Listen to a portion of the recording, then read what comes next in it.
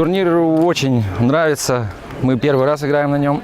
Я думаю, что теперь будем всегда ездить, потому что организация замечательная.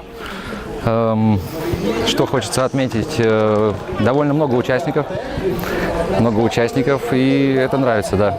Gera infrastruktūra, nuostabus organizavimas, gera kompanija, nuostabus oras.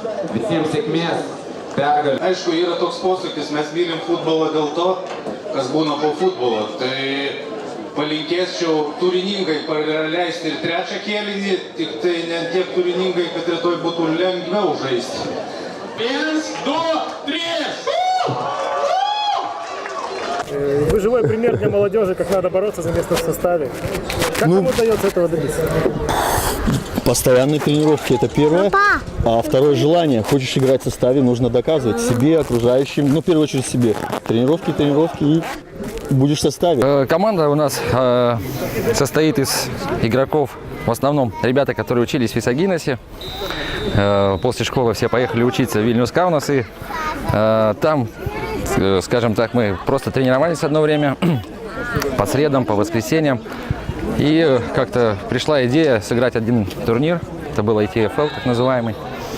Вот, довольно неплохо выступили, и вот с тех пор образовали команду. Отсюда название VSG United, потому что объединенный Висагинес, мы себя называем.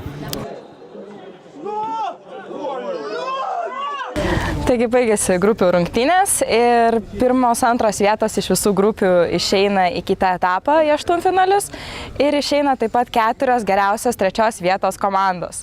Geriausios komandos žiūrimos buvo pagal bendrus taškus grupėse ir išėjo komandos surinkusios 3 ir daugiau taškų. Dėja nepasisekė 2 komandom, tai Inter Sniečkus ir Klaipėda City, kurios surinko dėja tik tais atitinkamai 2 ir 1 tašką. Rytoj varžybų pradžia 11 val. Ir pradės varžybos nuo aštuntfinalių, kurių negali būti lygiųjų, ir pabaigoje laukia smagus baudinių smūgiai.